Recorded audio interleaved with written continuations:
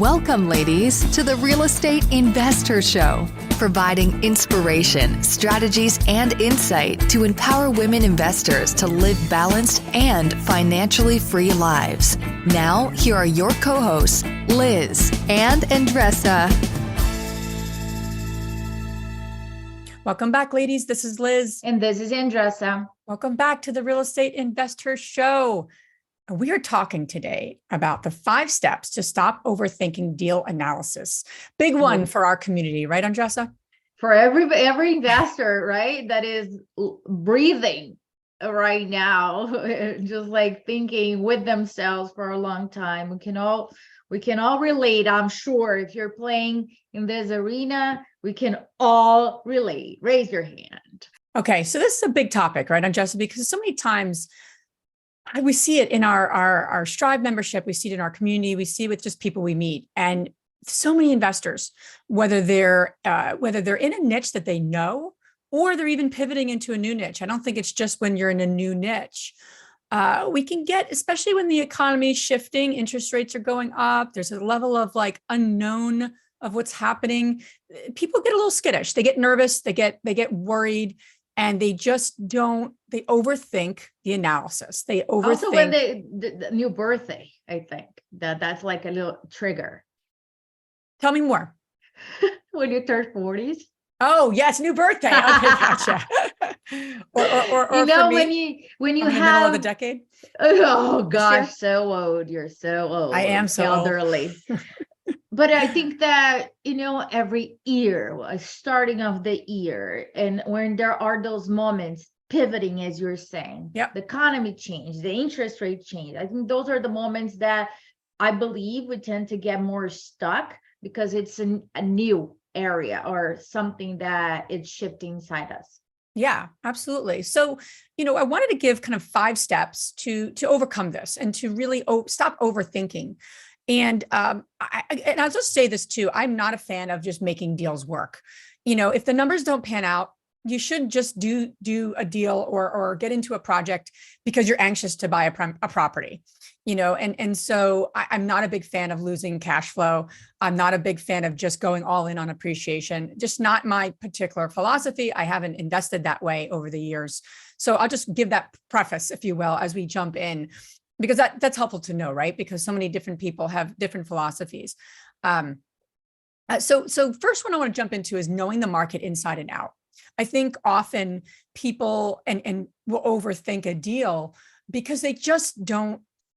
Let's not worry about the deal yet. They actually don't know the market very well. And when you have confidence in a market and you can look back what's happened in the market in the past, when there's been course corrections or the recessions that have happened in the past, what has happened in the past, what will happen in the future, what's going on in the market, what the rental growth is, population growth, all the important things that's indicative to assessing a market. I think that's number one, because you can really overthink an actual deal if you don't have confidence in the market, or you actually know the market like really, you're never going to be able to like control a market, of course. You could only participate in it. However, you need to have confidence in it. And the way to have confidence in it is to know it and to research it, talk to people who do also know more than you, have really strong people on your team. Andresa and I are going soon to look at properties in Florida for an exciting project. And by no means are we going to be the experts for that market, but we're going to be meeting 2 people who are experts. And that's really important. So that's number one. I'll also say in there, and we recorded a minisode a few weeks back, but on supply and demand, really getting a sense of that, knowing what's going on with new construction. Is there too much supply? Is there too much demand? And what does that look like? And just really getting a sense of that market in inside and out. So that's number one. Number 2, do you know the asset class inside and out? So again, I'm not talking about the deal yet. Number 2 is, do you actually know the asset class inside and out? And who actually is renting that asset class. So for example, if you're looking to buy a multifamily in a particular market, obviously knowing the market secondarily is knowing that asset class. What's happening in the multifamily space in that market, and size matters. If you're looking at a 10 unit, if you're looking at a 50 unit, or you're looking at a 100 unit, the people renting in different size multifamilies are looking for different amenities. Do you know that? Do you know what amenities are looked at favorably or are musts in your market? All those things really are important. And you don't just off the whim, oh, multifamily, people want to rent a multifamily in this neighborhood. Don't know that unless you know the actual appetite, if you will, and the customer base for your particular asset class. If you're looking for commercial, huge opportunities right now in commercial, right? Converting commercial to residential, huge opportunities. What does that look like in the market you are navigating and understanding? So that's number 2, is really knowing the asset class inside and out, the demand for the asset class, what the low, medium, and high rental framework is for that asset class. Knowing all of it is really, really critical. Number 3, and I'll just say a quick tip there. When you talk to commercial brokers and they really know multifamily, the multifamily brokers don't often know retail as well as someone who specializes in retail. What I've found with commercial brokers is they specialize. So if you meet a broker who really knows a lot about all the different commercial sort of niches, I would run, because I haven't met a broker who is that seasoned that they know retail as much as they know industrial, as they know as much as multifamily, and commercial is not all created equal. So I just want to mention that. Sometimes I hear commercial brokers, I'm dabbling it all, I know it all. That's, I don't know, problematic. Number 3, do you know the deal itself? Now let's get to the deal, right? Because the actual property, the actual project itself. Have you run your numbers? Have you run your numbers conservatively? Have you run your numbers basis of the interest rates changing? So knowing what's happening in the economy, knowing what the numbers are, it's not to be scared of anything, but have you talked to the lenders that you're potentially going to be working with, whether they're private lenders, whether they're institutional lenders? Are you talking to them of what's going on now? No one has a crystal ball, but it's really helpful to know, put conservatively what would happen in 6 months or a year, and then bake your numbers that way.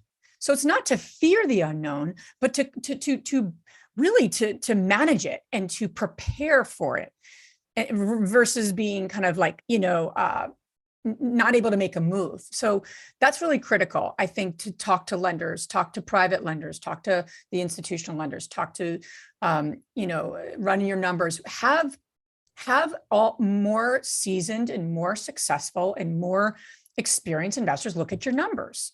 The chances of, especially if it's a new niche, there's no way that I would buy a vacation rental right now and not have someone who has done vacation rentals in the size that I'm looking at, look over my numbers. I have a short list of people I'd run those by. There's no question I would do that. Why would I not? So you need to have that same tribe together to make sure you're running that by people. I'll also say this, it really helps to have plan A, plan B. Right? Like, you're going in with this plan. Okay. What happens if things change? And you're going in with midterm rentals for a 5-unit, and they're all going to be midterm rentals. There's an influx of, 2 hospitals that are in growth. I mean, what's plan B? It's really helpful to have plan B. If a vacation rental doesn't work out and people are not vacationing there, what would that look like if you were able to do a long-term rental? Would that even work? Would it cover would you be able to cover your mortgage, or would it be so upside down that it just wouldn't work? I think really going down the hole of, not the hole, but it's almost like a rabbit hole of, the deal itself, plan A, plan B, and not to overthink it, because that's what we're talking about not doing on today's minisode, but to just be mindful and say there are multiple plans. So that's number 3. Number 4, I don't know if you want to jump in, if there's anything I'm missing, Andresa, to add, but I'll keep rolling if not. I just want to give you a chance. Okay. Number 4 is mitigating the risks. So in any economy, in any whether it's whatever's happening in the economy, in determining purchase, no purchase, you're going to basically look at the risks, because there are risks to purchasing the property and the project itself. So what are those risks? The risks can include something around the market. The risks actually include all 3 of those things: the market, the asset class, and the property. So you want to mitigate those risks. Again, what do you have control over? What don't you have control over? An example of a risk or mitigating the risk can be, again, if all the stars align and you are able to have a short-term rental, a midterm rental, and a long-term rental all mixed together in a property, and your numbers just squeak by. That to me you have to look at that's a risk. So is that a, what other way can you structure that deal or analyze the deal that it's not just if all the stars align, the project will work. That's not going to work in today's economy. If literally every star aligns and it's kind of like you have 100% occupancy, nothing shifts in your underwriting, the project will work. To me, that's not mitigating risk. And it's also not just a smart move in today's economy. So how do you mitigate the risk of, the team itself? There's a risk when you out of state, when you're managing something out of state. That's one of the biggest risks. You're not there if that's something that you'd be dealing with. How do you mitigate it? Well, building a team, going down there, so whatever is in your way of like a risk, how do you mitigate that? How do you lessen it? How do you move through it? And how do you assess, is this enough of a risk for me to take, right? Because we all have different risks tolerance. And also, recession and we're in a recession. It's going to get better. It's going to get worse. Interest rates are going to go higher. Interest rates are going to go lower. I've heard both recently in the last couple of weeks. So again, how do you mitigate that? And really to be able to just not rely on yourself. You got to get the right team in place and not rely on yourself. Number 5 is this. Ask the question. And Andresa and I love this game. It's called What's the Worst Thing That Can Happen game. And it's just a fun game in the sense of, it's not just a game, but it's a literally worst case scenario. When you're overthinking and overanalyzing anything in your life, let alone whether to pull the trigger on purchasing a property, right? An investment property, big deal, right? Whether it's your first or your 10th or your 100th, it's still, there's a level of risk. There's a level of trepidation always that comes into signing the dotted line. So playing the worst case scenario, literally, what is the worst thing that can happen here? And playing that out, saying, if that happened, how would I manage that? How would I deal with it? We heard a woman on one of our podcast episodes. She goes, I never get too down the rabbit hole of worst case scenario because I know I'm involved. And as long as I'm involved, I know I'll figure it out. I love that answer because I was like, wow, we all need to have that level of not just knowledge and confidence, but to really have the belief in ourselves. But when you play out the worst case scenario, you just tend to really kind of get all the cards out there and you're able to be, okay, if this really got this bad and what's the worst case scenario? I had to sell it. I had to, I'd have to do a short sale. I'd have to give it back to the bank. Would that happen? Would I be able to live with that? I mean, those are the kinds of things that, like, again, not to be negative, but I like to play because you kind of get a sense of, okay, that's not going to happen because of all the ways I'm going to put this in place. And God forbid something bad happened. I know with the community I have and the people, the tribe I've built, I'll figure it out with others. So those are my 5 steps to decrease your overthinking with deal analysis and to actually pull the trigger and move toward your financial freedom goals. I think they all have something common, right? I don't think we can overthink when we are sharing with others.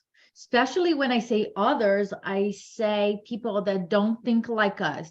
You don't want to get opinions from those that agree with you, that think like you. I don't want it.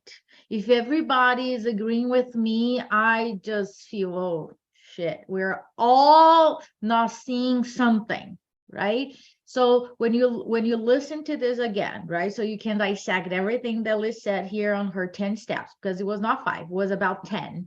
Inside each 5, there was a couple like golden nuggets there that you can really take it. But I want you to the key here is not to keep playing with yourself.